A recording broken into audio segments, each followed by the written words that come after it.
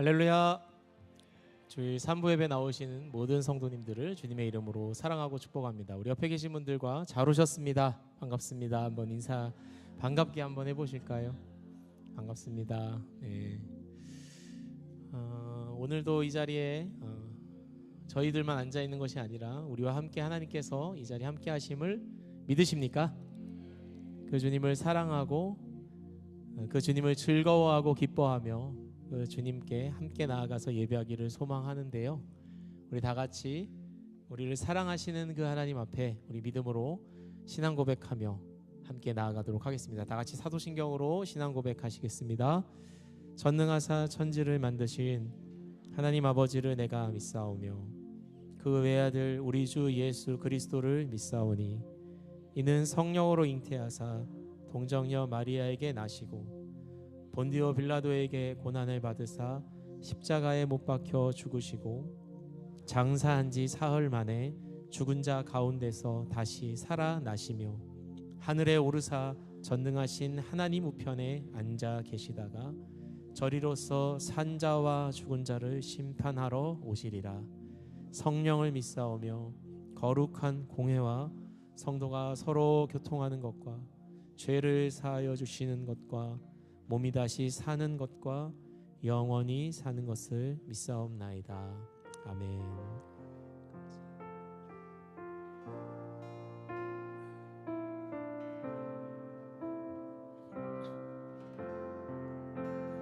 나의 갈 길 나가도록 예수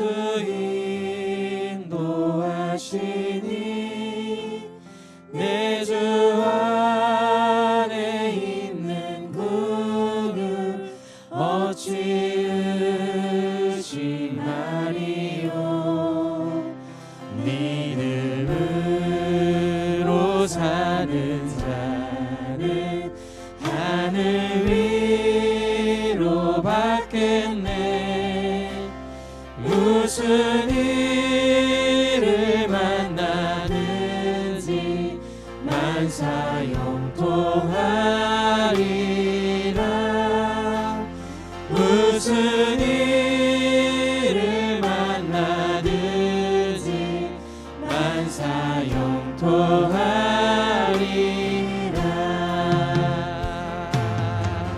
나의 갈 길 나가도록 예수 인도하시니 어려운 일 당할 때도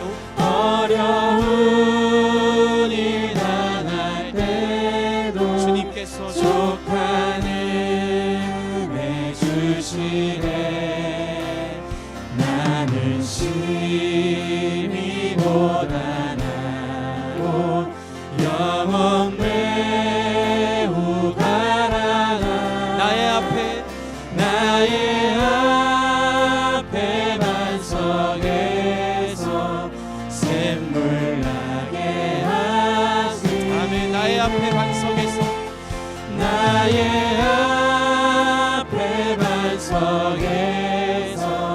샘물 나게 하시네. 나의 갈 길 나가도록 예수 인도하시니 그의 사랑 어찌 말로 할 수 없소다. 말로 할 수 없도다. 성령 감아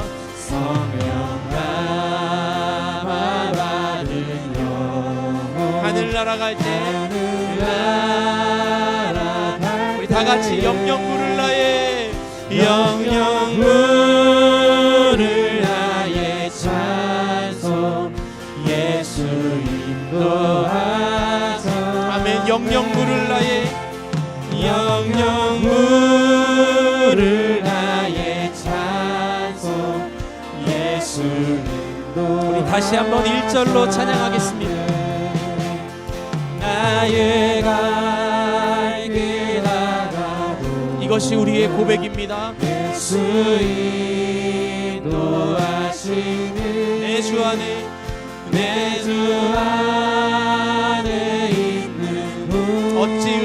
하시겠습니까? 어찌 의심하리요. 믿음으로 사는 자는 믿음으로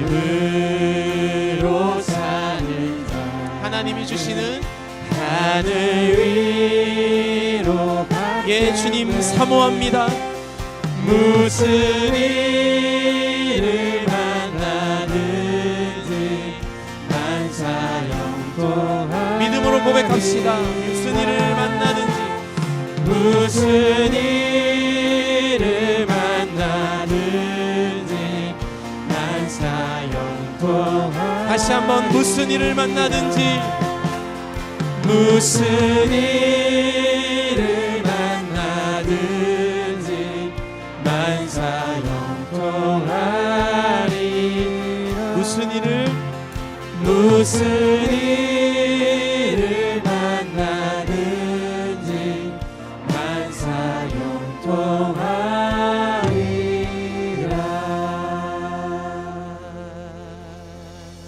오늘도 우리와 동행하시고 우리와 함께 하시는 우리 주님의 이름을 찬양합니다. 여러분 믿으십니까? 우리와 영원토록 동행하실 그 하나님, 그 놀라우신 하나님께 우리 영광의 큰 박수를 한번 올려드리실까요? 지금도 성령으로 우리와 함께 하시는 주님을 찬양합니다.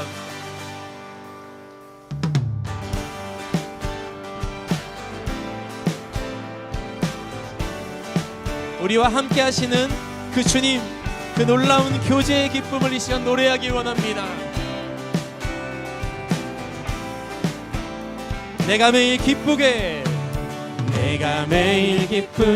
순례의 길에 가면 주의 팔이 나를 안보함이요. 내가 주의 큰 복을 받는 참된 비결은 주의 영. 아멘. 성령이 계시네. 성령이 계시네. 할렐루야 함께 하시네.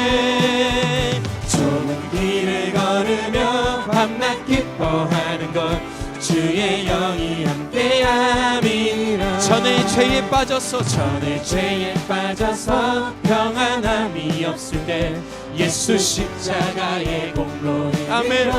그 발 아래 엎드려 참된 평화 얻음은 주의 영이 함께. 성령이 우리와 함께 하셨습니다. 성령이 계시네. 할렐루야 함께 하시네. 좁은 길을 걸으며 밤낮 기뻐하는 것 주의 영이 함께함이라. 나와 동행하시고 모든 염려하시니 나는 숲의 새와 같이. 여러분 정말이세요? 아멘. 내가 기쁜 마음으로 주의 뜻을 행함은 주의 영이 함께함이라. 성령이 계시네. 할렐루야 함께 하시네. 좁은 길을 걸으며 밤낮 기뻐하는 것 주의 영이. 성령이 계시네. 다시 한번 믿음으로 선포합시다. 성령이 계시네. 할렐루야 함께 하시네. 좁은 길을 걸으며 밤낮 기뻐하는 것 우리 목소리로 세상 모든 욕망과 나의 모든 정욕은 십자가에 이미 못을 박았네. 아멘. 그렇습니다. 주님, 어두운 밤이 지나고 무거운 짐 주의 영이 함께함이라. 아멘. 성령이 계시네. 할렐루야 함께 하시네. 좁은 길을 걸으며 밤낮 기뻐하는 것 주의 영이. 다시 한번 믿음으로 기쁘게 선포합시다. 성령이 계시네. 할렐루야 함께 하시네. 좁은 길을 걸으며 밤낮 기뻐하는 것 주의 영. 다시 한번 성령이 계시네. 성령이 계시네. 할렐루야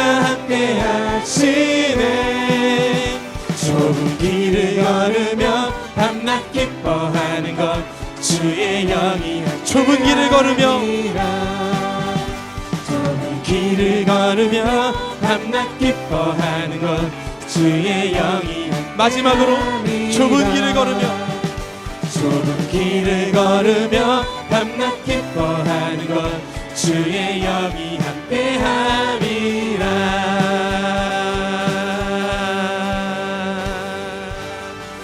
아멘. 주님이 우리와 함께 하심을 믿습니다. 우리의 모든 가는 길을 인도하심을 믿습니다. 주님 보이지 않아도 우리가 느낄 수 없어도 우리와 함께 하시고 동행하시는 그 주님의 신실하심을 다 같이 찬양키 원합니다. 나의 가는 길 주님 인도하시네. 그는 보이지 않아도 날 위해 일하시네. 주 나의 인도자 항상 함께 하시네. 사랑과 힘 베푸시며 인도하시네.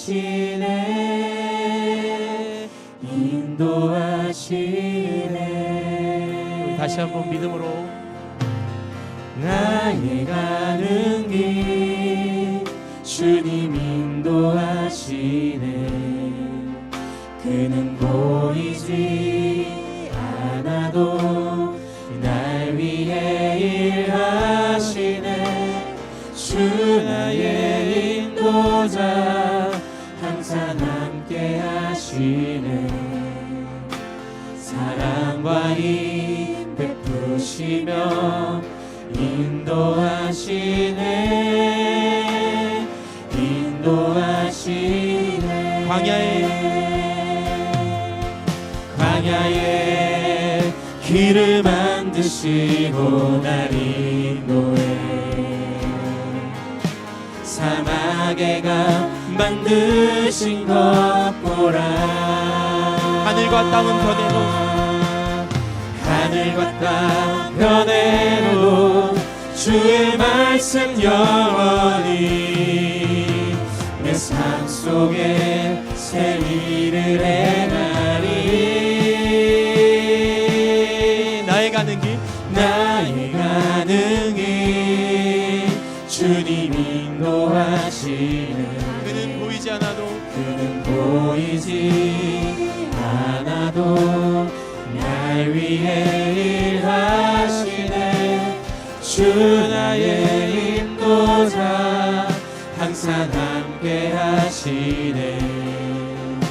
사랑과 힘 베푸시며 인도하시네.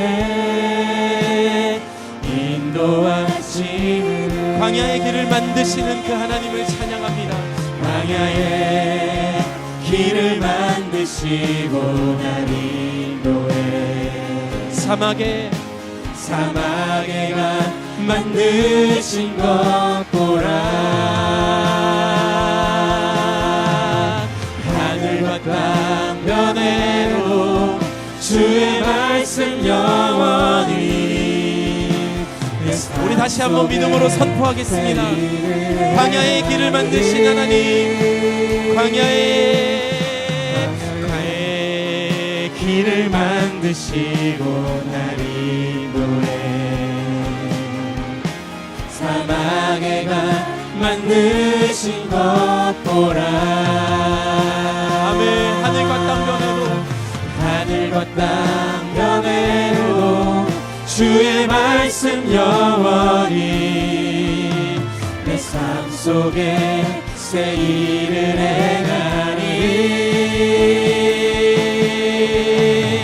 나의 가는 길 주님 인도하시네. 주님 보이지 않아도 그는 보이지 않아도 날 위해 일하시네. 주 나의 인도자 항상 함께 하시네. 사랑과 힘 베푸시며 인도하시네. 아멘. 날 부르신 그 주님의 뜻이, 날 부르신 뜻 내 생각보다 크고 날 향한 계획 나의 지혜로 증명 못하나 가장 좋은 길로 가장 완전한 길로 오늘도 날 이끄심이네.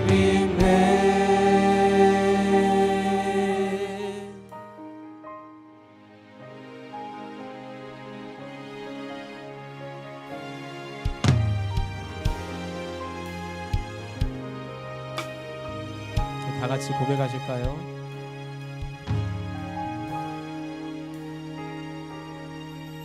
하나님의 부르심에는 후회하심이 없네. 내가 이 자리에 선 것도 주의 부르심이라. 하나님의 부르심에는 결코 실수가 없네. 나를 부르신 하나님의 신실하심을 믿네. 작은 나를 부르신 뜻은 나는 알 수 없지만 오직 감사와 순종으로 주의 길을 가리라. 때론 내가 연약해져도 주님 날 도우시니 주의 놀라운 그 계획을 나는 믿으며 주님의 계획을 신뢰하며 날 부르신 뜻, 날 부르신 뜻 내 생각보다 크고 날 향한 계획 나의 지혜로 증명 못하나 가장 좋은 길로 가장 완전한 길로 오늘도 나 이끄심인데. 하나님의 부르심에는 하나님의 부르심에는 후회하심이 없네. 아멘.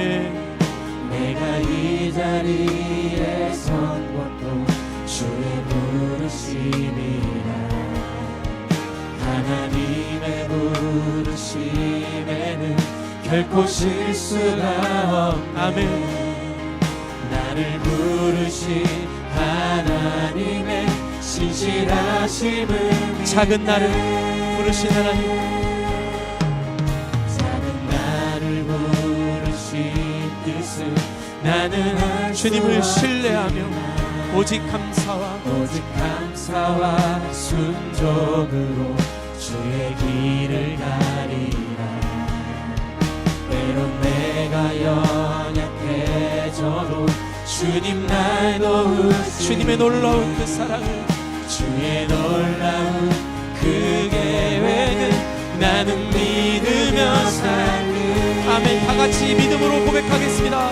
날 부르신 듯 내 생각보다 크고 날 향한 계획 나의 지혜로 증명 못하나 가장 좋은 길로 가장 완전한 길로 우리 삶을 인도하시는 하나님, 날 부르신 내 생각보다 크고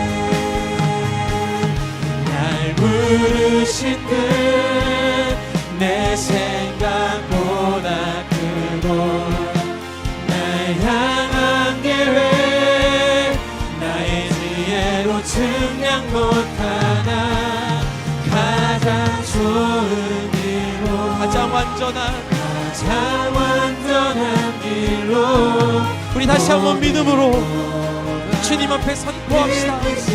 날 부르신 뜻 내 생각보다 크고 부르신 뜻내 생각보다 아멘. 날 향한 계획, 날 향한 계획 나의 지혜로 측량 못하나 가장 좋은 길 가장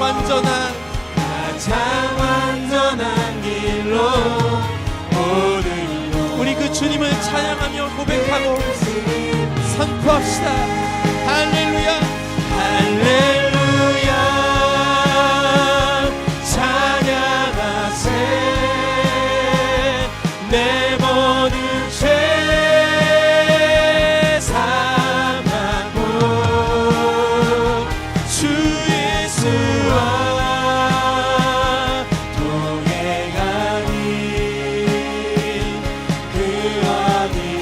다시 한번 우리의 믿음으로 할렐루야 찬양하세.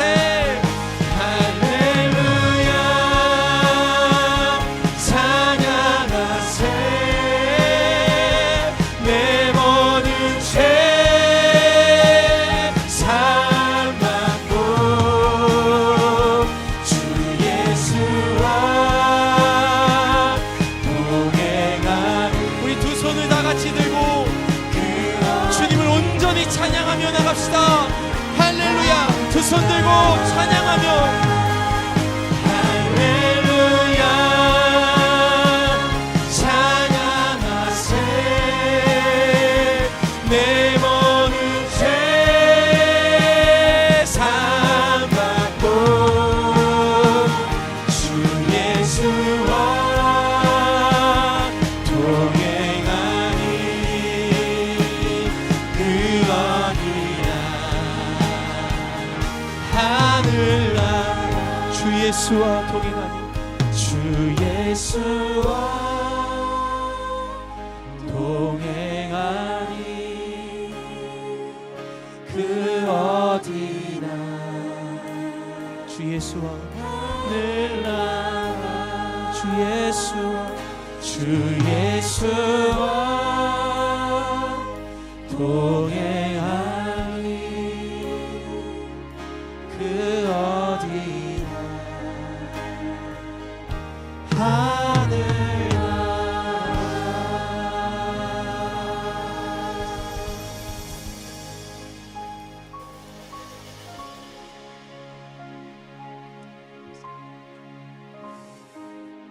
후회할 것 없는 부르심으로 우리를 하나님의 자녀로 부르시고 그 부르심이 끝나 주님 앞에 서는 그날까지 우리와 동행하시는 하나님을 오늘도 바라봅니다.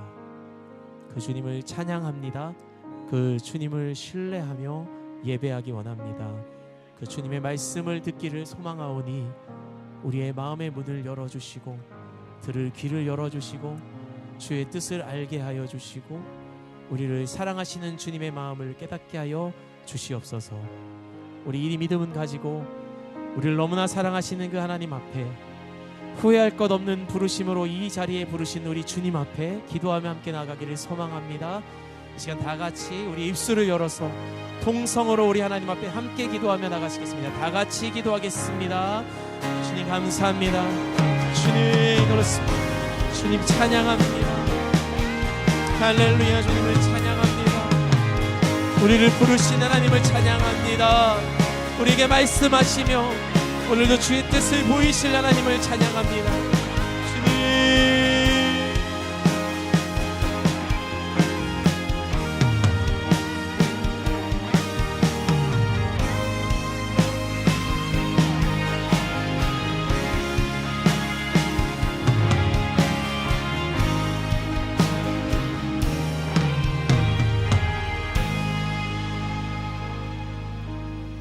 우리를 사망에서 구원해 주시고 자녀 삼아 주신 아버지 하나님 참 감사합니다.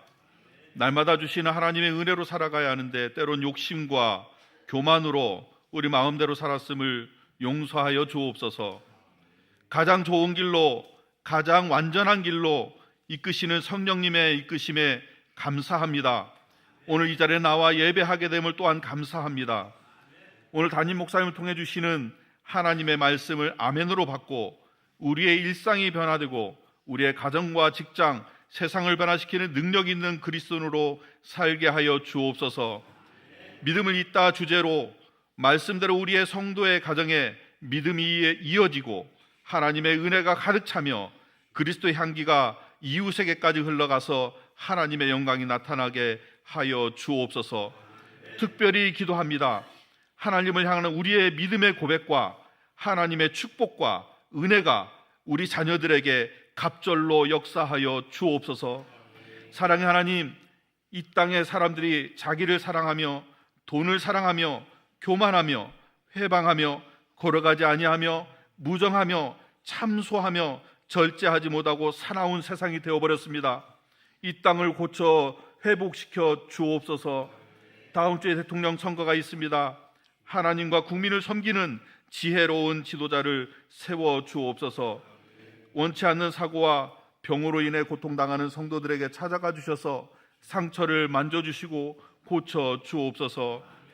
온 마음 찬양대와 같이 드려지는 우리의 찬양을 흡양하여 주옵시고 이 땅에 이곳에 임재하셔서 우리의 예배를 받아 주옵시고 예배를 돕는 봉사자의 수고도 흡양하시며 하나님의 은혜가 모든 섬기는 곳에 함께하여 주옵소서. 예수님의 이름으로 기도드리옵나이다. 아멘.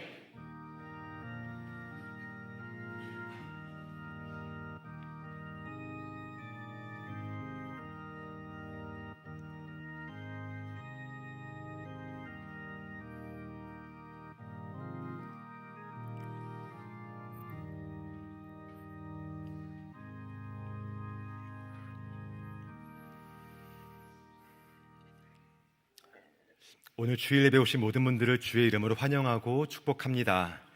오늘은 선교주일입니다. 사랑과 또한 관심, 또한 기도와 물질로 선교 사역에 함께 하시기를 간절히 바라겠습니다.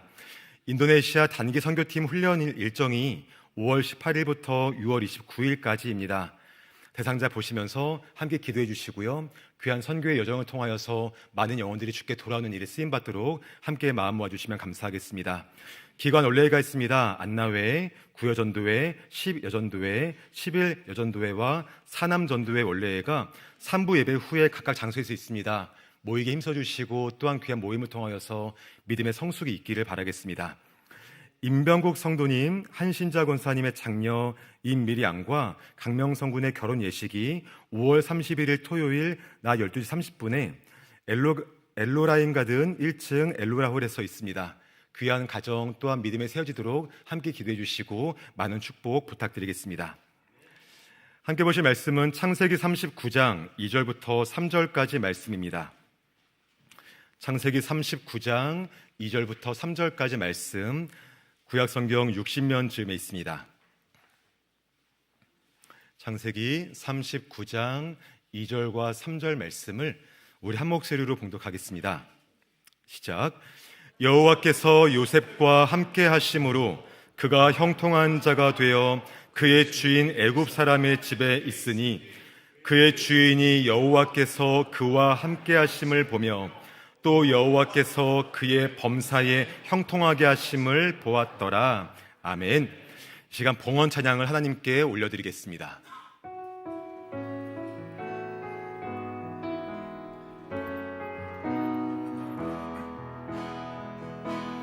오늘 숨을 쉬는 것 감사, 나를 사원하신 것 감사, 내 뜻대로 안 돼도 주가 인도하신 것 모든 것 감사. 항상 주 안에 있음 감사, 참된 소망 주심도 감사, 나 같은 사람도 자녀 삼아 주신 것 모든 것 감사. 주님 감사해요, 주님 감사해요,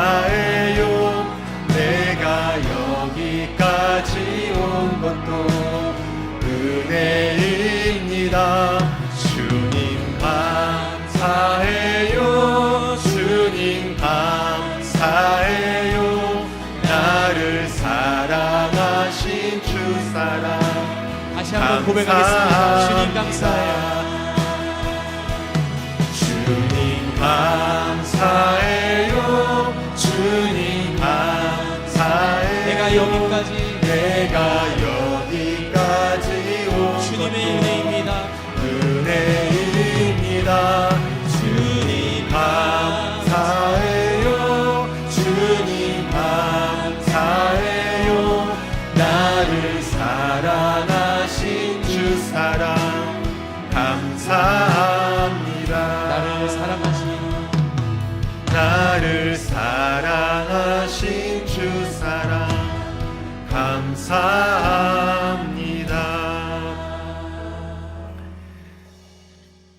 사랑하는 아버지 감사합니다.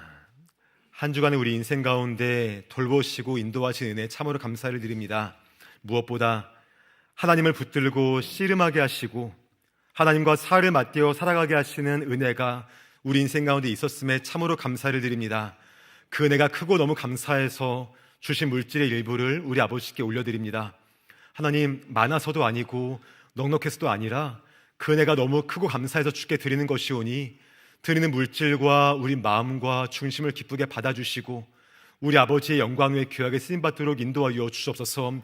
무엇보다 주를 알지 못하는 사람들이 그 예물이 쓰이는 그 모든 은혜를 통하여 주를 알도록 도와주시고 또한 주의 영광이 선포되게 하시며 그 모든 역사를 통하여서 우리와 우리 교회는 가려주시고 우리 교회의 머리 되신 예수님만 존귀 여김받도록 주께서 인도하여 주옵소서. 하나님, 오늘 이 시간 주의 말씀 앞에 섭니다. 그 말씀 앞에 우리의 인생이 다시 한번 반응하도록 도와주시고 그 말씀을 따라 다시 한번 삶의 결단을 올려드리고 또한 살아가는 믿음의 은혜가 있도록 주께서 함께하여 주옵소서. 주께 감사드리며 예수님의 이름으로 기도합니다.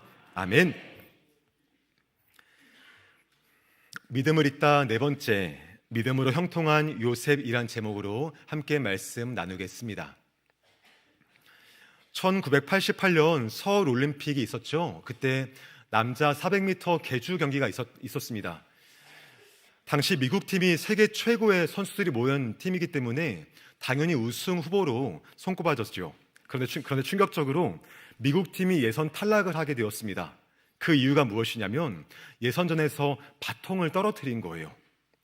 아무리 빠르고 능력 있는 선수가 모였다 할지라도 바통을 안전하게 이어받지 못했기 때문에 아무 소용없이 예선 탈락하는 결과를 보게 되었습니다.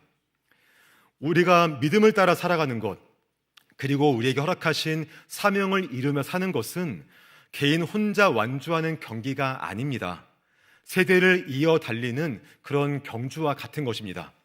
믿음의 바통을 우리 다음 세대에게 바르게 이어주는 것이 참 중요하고 그러한 바통의 이어줌을 통하여서 우리의 모든 가정과 또한 우리 모든 자녀들에게 믿음이 이어지고 또한 함께하는 은혜가 우리 모든 가정에 함께하시기를 주의 이름으로 축복합니다. 오늘은 믿음을 잇다 그 마지막 시간으로 요셉의 인생을 함께 살펴보고자 합니다. 요셉의 삶을 통하여서 우리가 먼저 고백할 수 있는 것이 있는데요. 그것은 형통은 문제의 여부가 아니라 임재의 여부로 결정됩니다라는 것입니다. 우리 함께 읽겠습니다. 시작. 형통은 문제의 여부가 아니라 임재의 여부로 결정됩니다. 성경이 요셉의 인생을 말할 때요, 일관되게 하는 말이 있는데 그것은 그가 형통한 사람이었다라는 것입니다. 오늘 말씀 2절을 우리 함께 읽어보겠습니다. 시작. 여호와께서 요셉과 함께 하심으로 그가 형통한 자가 되어 그의 주인 애굽 사람의 집에 있으니. 아멘.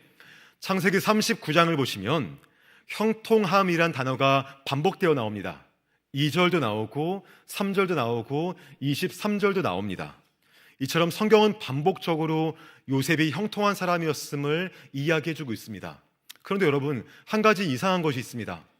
창세기 39장을 보면 성경은 요셉이 형통했다라고 말씀하고 있지만 성경 어디를 보아도 그가 형통하지 않은 환경 속에 있었음을 우리가 보게 되기 때문에 그렇습니다.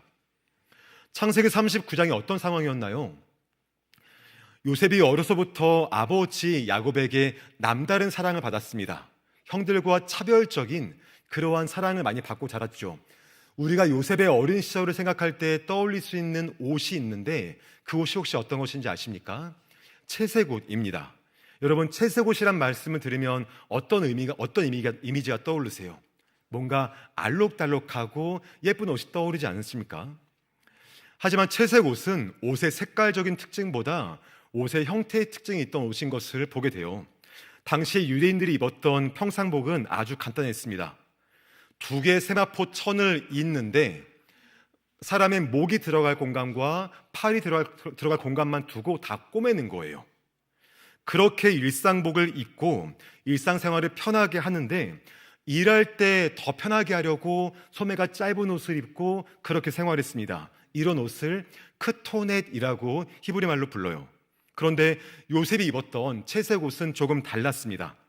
평상복이 소매가 짧아서 일하기 좋았던 옷이라면 채색 옷은 손바닥을 덮을 정도로 소매가 긴 옷을 가리켜요. 이런 옷을 크토넷 파심이라 합니다. 파심이란 말이 히브리 말로 손바닥이란 뜻이에요. 이렇게 소매가 긴 옷을 입으면 여러분, 일하기 좋을까요? 안 좋을까요? 안 좋겠죠. 자꾸 옷에 걸리적거리고 팔을 걷어도 자꾸 흘러내리니까 일하기에 굉장히 불편한 옷입니다. 그렇기 때문에 이러한 옷은 주로 왕족이나 귀족이나 집안의 장자가 입었습니다. 이런 사람들은 노동을 하지 않고요, 오히려 노동과 상관없이 그들을 감독하거나 그들을 지도하는 사람들이었습니다. 그러면 이러한 옷이 왜 우리말 성경에는 채색옷이라고 번역되었을까요? 성경을 번역할 당시에 우리나라의 문화가 반영된 거예요. 여러분, 그 옛날에 우리나라에서 아주 귀한 아들이 있으면 어떤 옷을 입혔죠? 색동저고리 입혔지 않습니까? 그렇게 입히다 보니까 귀한 아들이 입는 옷이구나 해서 성경 번역할 때 채색옷이라고 했다라고 학자들이 이야기합니다. 이처럼 형들과 다른 옷을 입었습니다. 형들은 노동을 하는 그러한 평상복을 입었다면 요셉은 그 노동하지 않는 소매가 긴 옷을 입으며 왕족으로, 귀족으로 아버지에게 인정받았죠. 형들이 노동할 때 요셉은 함께 일하지 않습니다. 그들을 감독하고 지도하는 사람이 되어서 형들을 감시했던 거예요. 그러다 보니까 형들에게 사랑을 받을 수가 없지 않겠습니까? 그래서 미디안 상인에게 형들이 요셉을 팔았고요. 또한 요셉은 애굽의 보디발의 집에 노예로 팔려가게 되었습니다. 불과 얼마 전까지만 해도 가정에서 귀한 사랑받고 자랐던 요셉이었지만 지금은 이방 땅에 이방인 노예가 되는 신세로 전락해버린 거예요. 성경은 이러한 상황 속에서 요셉이 형통했다라고 말씀을 합니다. 우리가 형통함이란 단어를 생각할 때, 그리고 요셉의 인생을 생각할 때 요셉이 애굽의 총리가 되었을 경우에 썼다라면 조금 더 잘 받아들일 수 있을 것 같습니다. 아니면 요셉이 형들을 용서할 때 형통함이라는 단어를 썼으면 조금 더 쉽게 납득할 수 있을 것 같습니다. 하지만 성경은 요셉의 상황과 전혀 어울리지 않게 창세기 39장에서 그가 형통했음을 반복적으로 말씀해주고 있다는 거예요. 만약에 여러분께서, 물론 그러면 안 되겠지만, 사업을 하시다가 사업에 큰 어려움을 만나가지고 자꾸 사람들이 빚독촉하는 전화를 받고 있다라고 한번 가정해 보겠습니다. 그럴 때 어떤 누군가가 집사님, 권사님, 요즘에 굉장히 형통한 시절 보내고 계시네라고 말씀하시면 어떤 마음 드실 것 같습니까? 당신이 뭘 알아요? 이제 이런 마음과 함께 굉장히 서운한 마음 들지 않겠습니까? 또는 우리 아이가 오랜 시간 동안 취업 준비하고 있는데 잘 되지 않아요. 그런데 누군가 오시더니 아무개야, 너 지금 좋을 때야 라고 말씀하시면 그 아이가 그 말씀을 그대로 받지 못하지 않겠습니까? 지금 그런 상황인 거예요. 요셉은 지금 형들에 의해서 애굽에 팔려왔습니다. 나의 앞날이 어떨지 모르는 그러한 상황 속에 있는데 성경은 그가 형통하다라고 말씀하고 있는 거예요. 또한 보디발의 집에서 억울한 누명을 쓰고 감옥에 갇히게 되었는데 그런 요셉을 가리켜 성경은 그가 형통했다라고 말씀하고 있습니다. 성경은 왜 요셉의 상황이 전혀 형통하지 않는데 그가 형통했다라고 반복해서 말하는 것일까요? 우리 본문 말씀인 2절을 우리 한 번 더 읽겠습니다. 시작. 여호와께서 요셉과 함께 하심으로 그가 형통한 자가 되어 그의 주인 애굽 사람의 집에 있으니. 아멘. 우리 23절도 함께 읽겠습니다. 시작. 간수장은 그 손에 맡긴 것이 무엇이든지 살펴보지 아니하였으니.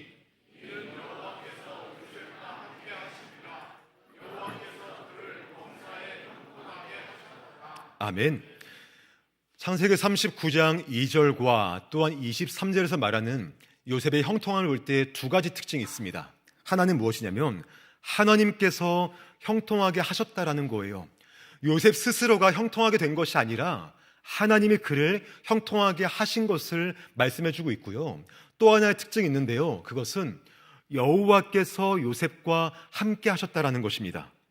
이 말씀은 단순하게 하나님의 편재성, 그러니까 어디든 계신 것을 말하는 것이 아니에요. 여기에 함께 하신다라는 말씀은 요셉과 더 깊은 관계, 인격적인 관계를 맺으신 것을 말씀하는 것입니다.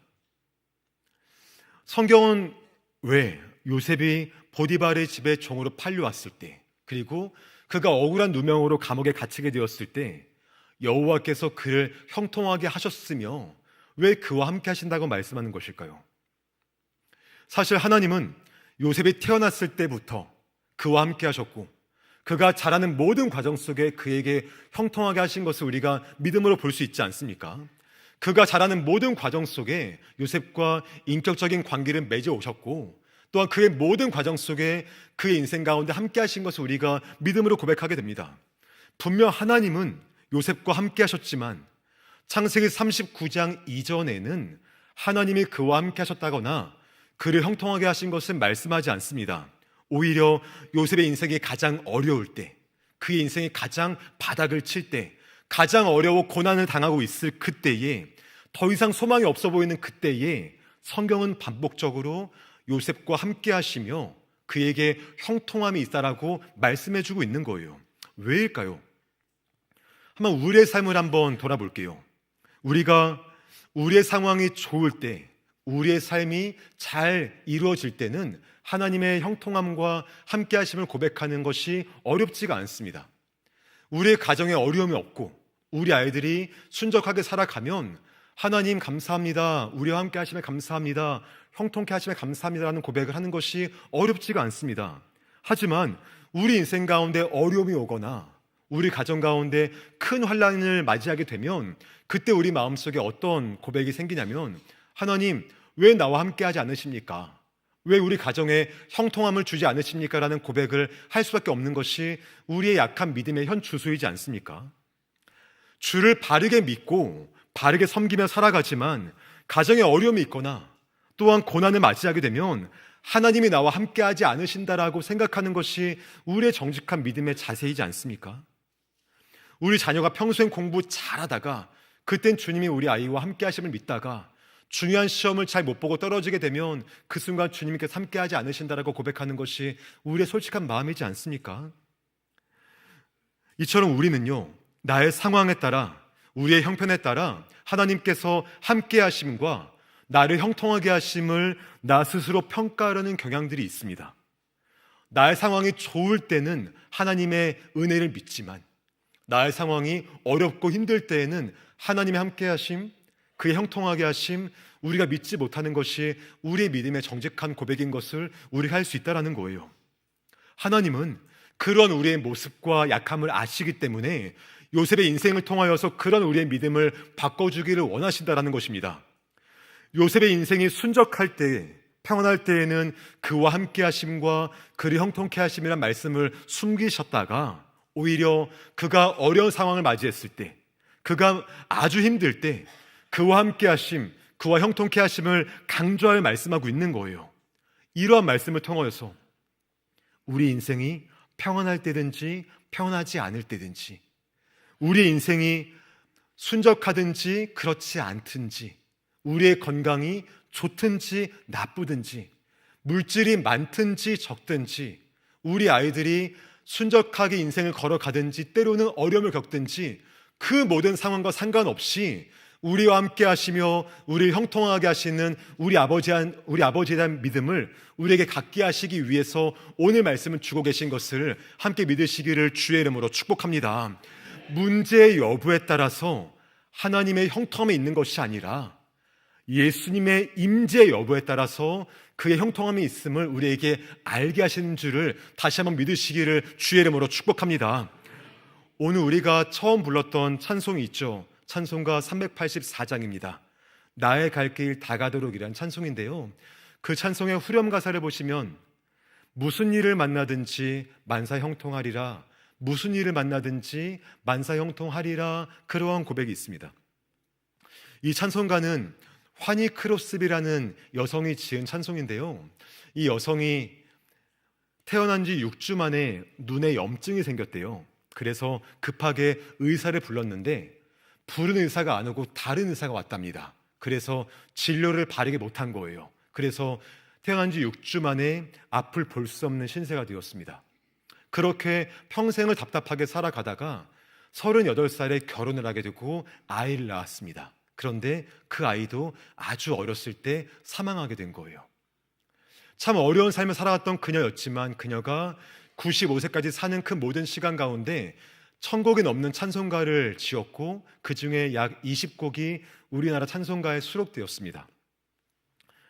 그녀의 삶을 보면 그녀의 찬송가의 고백처럼 무슨 일을 만나든지 만사 형통하리라 라는 고백이 전혀 믿어지지 않는, 인정되지 않는 그런 상황 속에 있었음을 우리가 보게 되지 않습니까?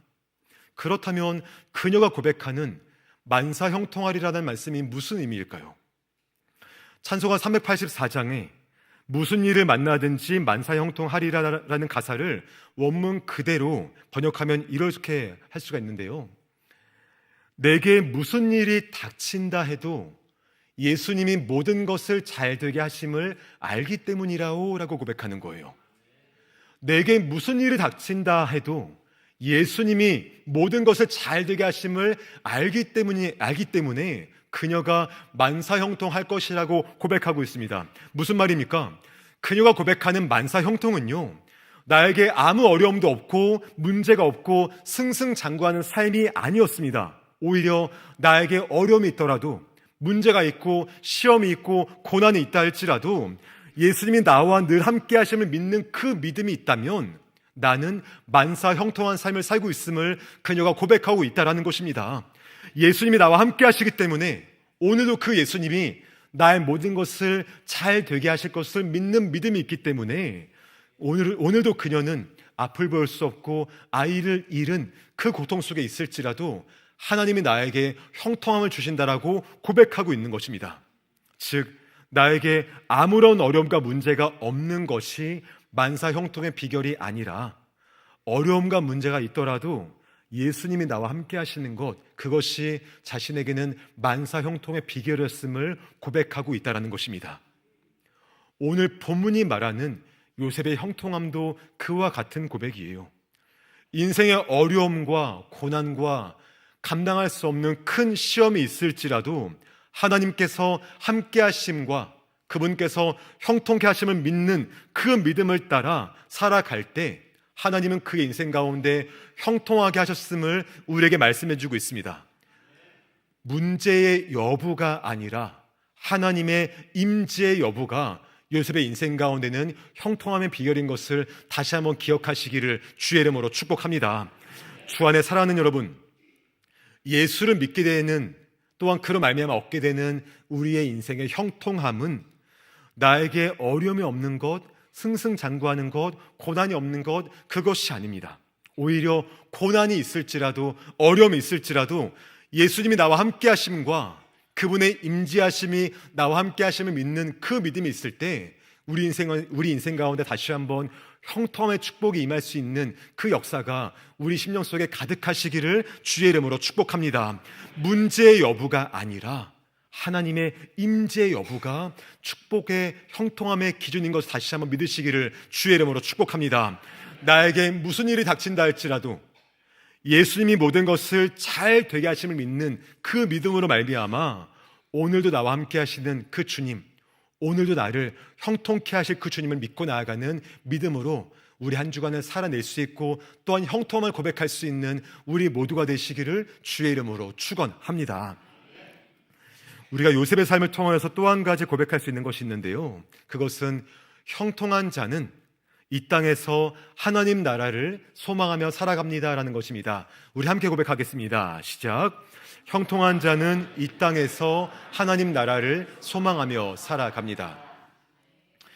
요셉의 인생을 보면 17살 때 애굽의 노예로 팔려왔습니다. 그리고 8년 동안 종살이를 했고요. 그리고 5년 동안 감옥에서 생활했습니다. 그리고 30살에 애굽의 총리가 되었죠.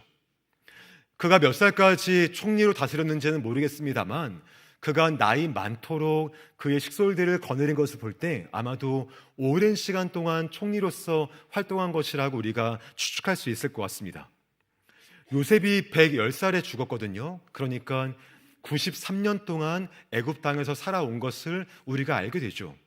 여러분, 요셉에게 있어서 애굽 땅이 그에게 더 익숙했을까요? 아니면 태어났던 가나안 땅이 더 익숙했을까요?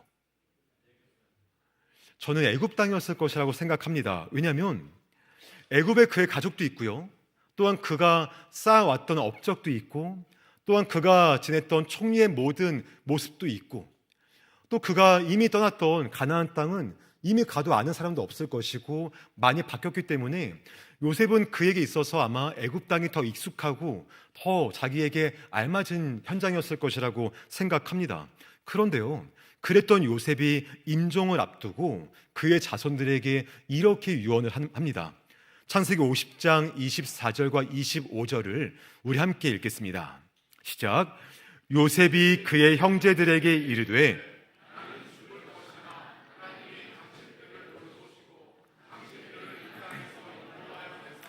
아브람과 이삭과 야곱에게 맹세하신 땅에 이르게 하리라 하고, 요셉이 또 이스라엘 자손에게 맹세시켜 이르기를 하나님이 반드시 당신들을 돌보시리니 당신들은 여기서 내 해구를 메고 올라가겠다 하라 하였더라. 아멘. 요셉이 자신의 후손들에게 이렇게 유언을 합니다. 나는 곧 죽을 것이지만 하나님께서 당신들을 이곳을 떠나 아브람과 이삭과 야곱에게 약속하신 땅으로 인도하실 것이다. 그러면 그때가 되면 내 해골을 가지고 가서 약속의 땅으로 가겠다라고 나에게 약속해라 라고 요셉이 유언을 합니다. 고대 사회에서 한 사람이 조상들과 함께 매장되는 것은요, 단순한 장례식 정도의 의미가 아니었습니다. 그것을 넘어서 한 사람의 영적인 그리고 사회적인 그리고 정체성적인 모습이 무엇인지를 보여주는 행위였습니다. 즉, 내가 어디에 묻히느냐가 내가 누구의 자손이며 또한 내가 누구의 후손인가를 고백하는 것이고요. 더 나아가 내가 그 조상과 함께 묻힌다는 것은 나는 그 조상과 함께 같은 믿음을 따라 살았던 사람입니다. 그리고 나는 그 믿음을 따라 이 땅의 삶을 마칩니다. 그런 의미가 담겨있는 하나의 모습이었습니다. 누구보다 애굽에 익숙하고요, 또한 애굽의 삶이 더 편했던 요셉이었죠. 하지만 그가 임종 직전에 아브람과 이삭과 야곱에게 약속하신 그 땅으로 자기의 유고를 옮겨달라고 이야기합니다. 그 이유가 무엇일까요? 요셉은요, 자신의 유언을 통하여서 자신이 살아왔던 모든 삶의 목적과 방향이 어디에 있었는가를 후손들에게 알려주기 위해서입니다. 즉, 나의 신앙 정체성이 어디에 있었는가를 후손들에게 알려주고 싶었던 거예요. 요셉은 이러한 유언을 통하여서 애굽에서 자신이 총리로 살아왔던 것, 남부럽지 않게 살아왔던 모든 성공적인 삶, 그것이 나 인생 가운데 진짜 목적이 아니었음을 후손들에게 말하고 싶은 것입니다. 하나님이 은혜를 주셔서 애굽 땅에서 형통하게 살아온 것이지 그것이 나의 삶의 진짜 목적이 아니었다라는 거예요. 오히려 요셉이 생각하는 인생의 진짜 목적과 방향과 그 은혜는 애굽 땅에 있는 것이 아니라 하나님께서 약속하신 그 땅에 있었음을 요셉이 고백하고 있는 것입니다. 애굽의 모든 성공과 모든 업적과 모든 이룬 것들이 나의 삶의 방향성이 아니라 나의 인생의 진정한 목적과 방향성은 이 땅이 아니라 하나님께서 약속하신 그곳에 있음을 요셉이 후손들에게 인생의 마지막을 통하여서 고백해주고 있다는 거예요. 후손들에게 이렇게 말하는 거죠. 나는 애굽 땅에 발을 딛고 살아갔지만 나는 이 땅에 소망을 두는 삶이 아니었습니다. 나는 애굽 땅에서 형통하게 살았지만 나는 그 애굽 땅의 형통함에 미련을 두는 사람이 절대 아닙니다. 오히려 나는 애굽 땅을 살았지만 하나님의 약속하신 땅을 소망하며 그 땅의 형통을 추구하고 살았던 사람이었습니다라는 것을 후손들에게 고백하면서 그들에게 믿음의 유산으로 물려주고 있다는 것입니다. 이러한 요셉의 바램과 소망에 대하여서 하나님께서 어떻게 응답하셨을까요? 출애굽기 13장 19절 말씀을 우리 함께 읽겠습니다. 시작. 모세가 요셉의 유고를 가졌으니 이는 요셉이 이스라엘 자손으로 단단히 맹세하게 하여 이르기를 하나님이 반드시 너희를 찾아오시리니 너희는 내 유고를 여기서 가지고 나가라 하였음이더라. 아멘. 출애굽 사건은 모세가 죽은 뒤에 약 400년 뒤에 있었던 사건입니다. 그때 모세가 요셉의 유고를 가지고 나갑니다. 놀라운 것은 이스라엘 백성들이 400년 넘는 시간 동안에 요셉의 유언을 기억하고 그 말씀을 따라 행했다라는 거예요.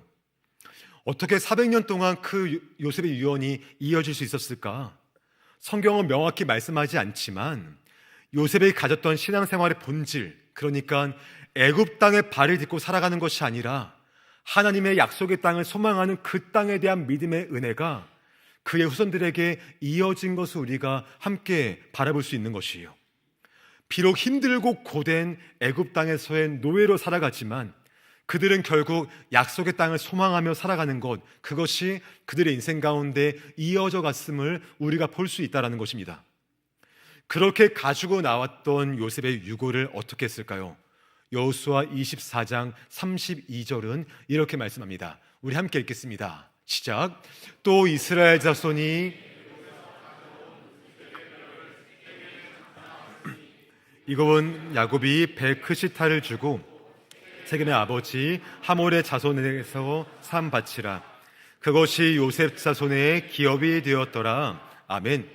요셉의 유고를 가지고 나왔습니다. 그리고 그 백성들이 가나안 땅 정복을 마친 다음에 그 유고를 세겜 땅에 장사 지냅니다. 세겜이 어떤 곳일까요? 아브라함이 처음으로 단을 쌓은 곳입니다. 그리고 야곱이 값을 주고 구입한 땅입니다. 즉 세겜은 하나님의 언약이 처음 시작된 곳이에요. 따라서 요셉의 유골이 세겜 땅에 묻힌 것은 하나님께서 약속하신 그 언약이 실제로 성취되었음을 우리에게 보여주고 있는 것입니다. 요셉은 애굽 땅에서 누구보다 오랜 시간을 보냈고요. 또한 누구보다 성공적인 삶을 살았고 누구보다 안정적인 삶을 살았지만 요셉은 그 땅 가운데 소망을 준 사람이 절대 아니었습니다. 오히려 애굽 땅을 발딛고 살아갔지만 요셉은 자신의 진짜 소망과 진짜 삶의 목적은 어디 있었냐? 저 하늘에 있었음을 그가 그의 삶으로 고백하고 있는 거예요. 또한 그의 마지막 유언을 통하여서 그의 믿음을 가장 잘 전해주고 있습니다. 따라서 히브리서 11장 믿음장에서 요셉의 믿음을 이렇게 평가하는데요. 히브리서 11장 22절 말씀 우리 함께 읽겠습니다. 시작. 믿음으로 요셉은 임종시에 또 자기 뼈를 위하여 명하였으며. 아멘. 히브리서가 요셉의 믿음을 정의할 때 그의 살아왔던 모든 삶에 대한 것을 말하지 아니하고요, 임종시에라고 말합니다. 왜 그럴까요?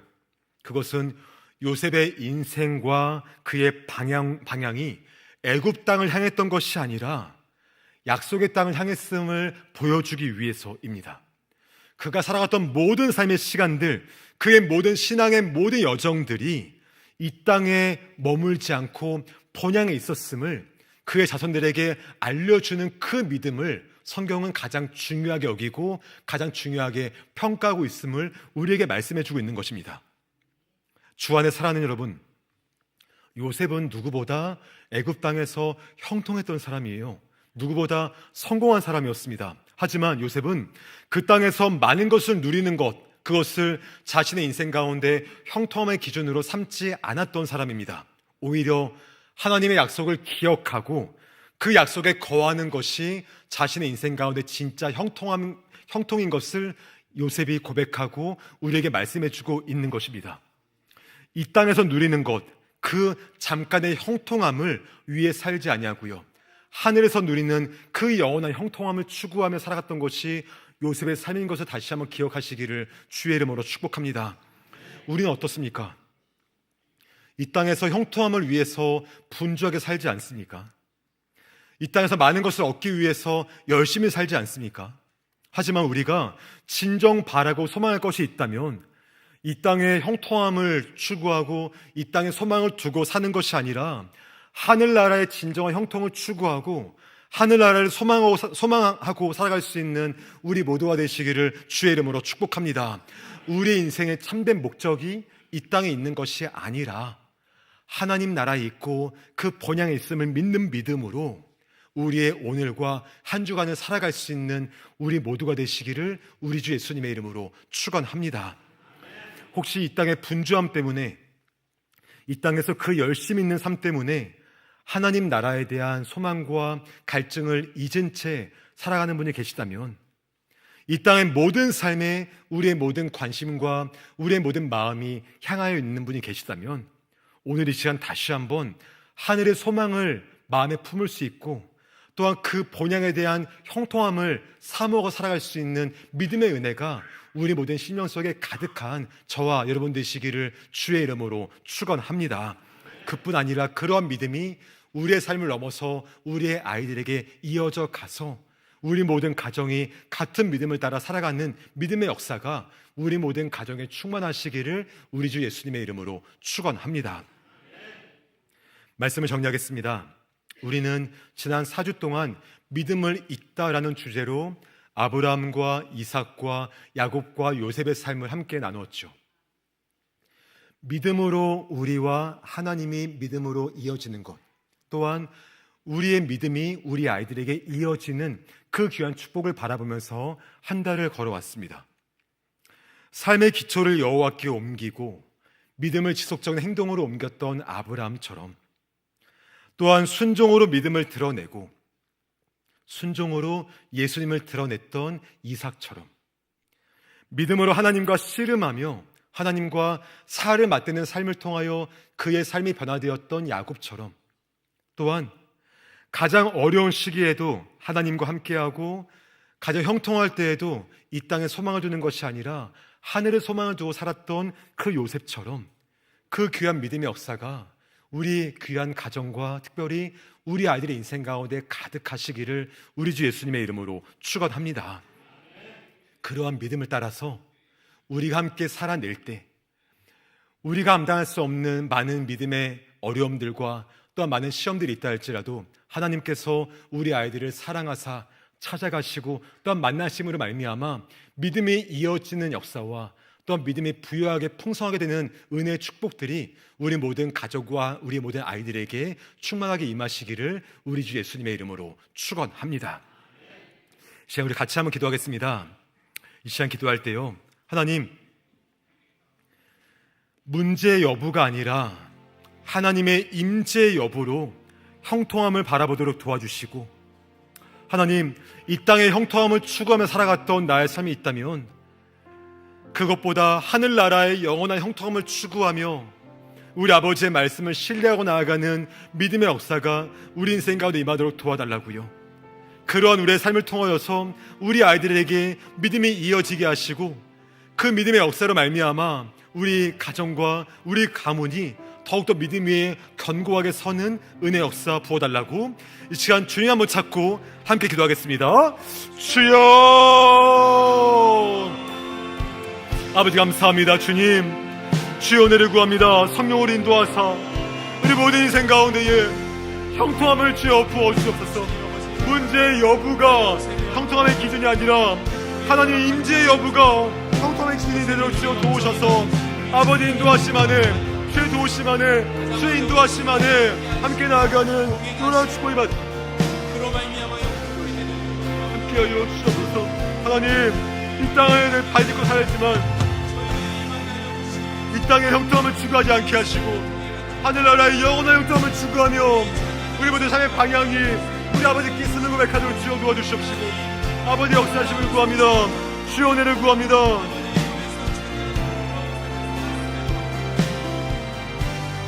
주 인도하심에 나아가는 은혜보다 충만히 받아 주어 도우시고 인도하여 주옵소서. 하나님과 믿음으로 이어지게 하시고 또 우리 모든 아이들에게 믿음을 이어주는 귀한 믿음의 역사가 우리 모든 가정마다 충만히 받아 주어 도우셔서 하나님이 함께 하시는 은혜를, 하나님이 역사하시는 그 은혜를 함께 누리고 나아가는 믿음의 역사에 마도록 인도하시고 함께하여 주옵소서. 주의 은혜를 구합니다. 주의 은혜를 구합니다. 주 안에 누리는 만사의 형통함을 허락하시고 인도하여 주옵소서. 지금 함께 하시겠사오니 주의 역사하시고 주의 은혜를 부어 주옵소서. 인도하여 주옵소서. 사랑하는 아버지 감사합니다. 문제의 여부가 아니라 하나님의 임재 여부가 형통함의 기준인 것임을 믿습니다. 우리 인생 가운데 어려움이 없기를 구하기보다 어려움과 고난이 있다 할지라도 그런 나와 함께 하시는 예수님이 나를 도우실 것을 믿는 믿음이 있기에 우리 오늘도 형통한 주 믿사오니 주여 우리를 도와주옵소서. 또한 주님, 이 땅에 발을 딛고 살아가지만 이 땅에 잠깐의 형통함을 구하지 않도록 도와주시고 하늘나라의 영원한 형통함을 추구하며 나아가는 믿음의 은혜가 우리 심령 속에 충만히 임하여서 우리가 그러한 삶을 살도록 도와주시고 또한 그러한 삶의 은혜를 우리 아이들에게 이어주고 또한 전수하여서 우리 가정과 우리 모든 가문이 믿음의 견고히 서게 하시는 놀라운 주의 축복이 임하도록 함께하여 주옵소서. 함께 하실 우리 아버지를 믿고 또한 감사드리며 예수님의 이름으로 기도합니다. 아멘. 우리 다 함께 일어나셔서 찬양 올려드리겠습니다.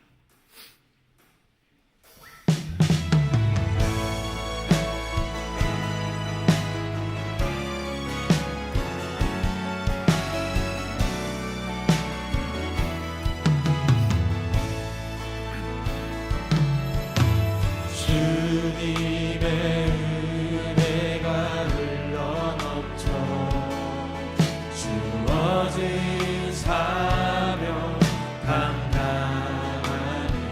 이름 없이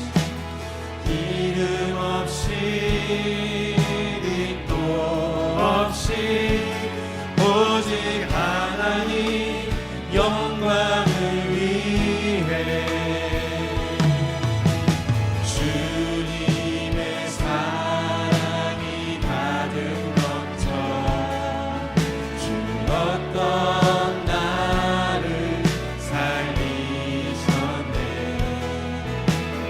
그 사랑 전하는 통로되어 세상의 빛과 소금 되리.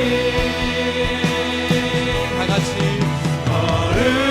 걸음 지나는 자리마다 그리스도의 흔적이 되어 다시 오실 주님을 기다리며 복음의 빚진 자로 살아가. 걸음걸음 지나는 자리마다 걸음 지나는 자리마다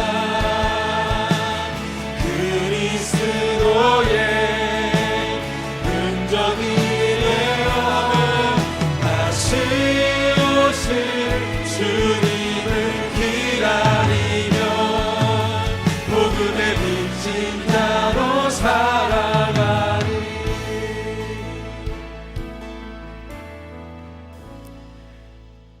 우리 주 예수 그리스도의 은혜와 아버지 하나님의 놀라우신 사랑하심과 성령 하나님의 함께하시고 교통하시고 충만하게 하심의 역사가 문제의 여부가 아니라 하나님의 임재의 여부로 형통함을 인정하고 또한 이 땅을 발딛고 살아가지만 이 땅의 형통함을 추구하지 아니하고 하늘나라의 영원한 형통함을 추구하며 살아가기를 다짐하고 나아가는 이 자리 고개 숙인 모든 제 백성들 머리머리 위에와 또한 그들의 가정과 자녀들과 생업의 현장과 모든 목장 공동체 위에 영원토록 함께 있을지어다. 아멘.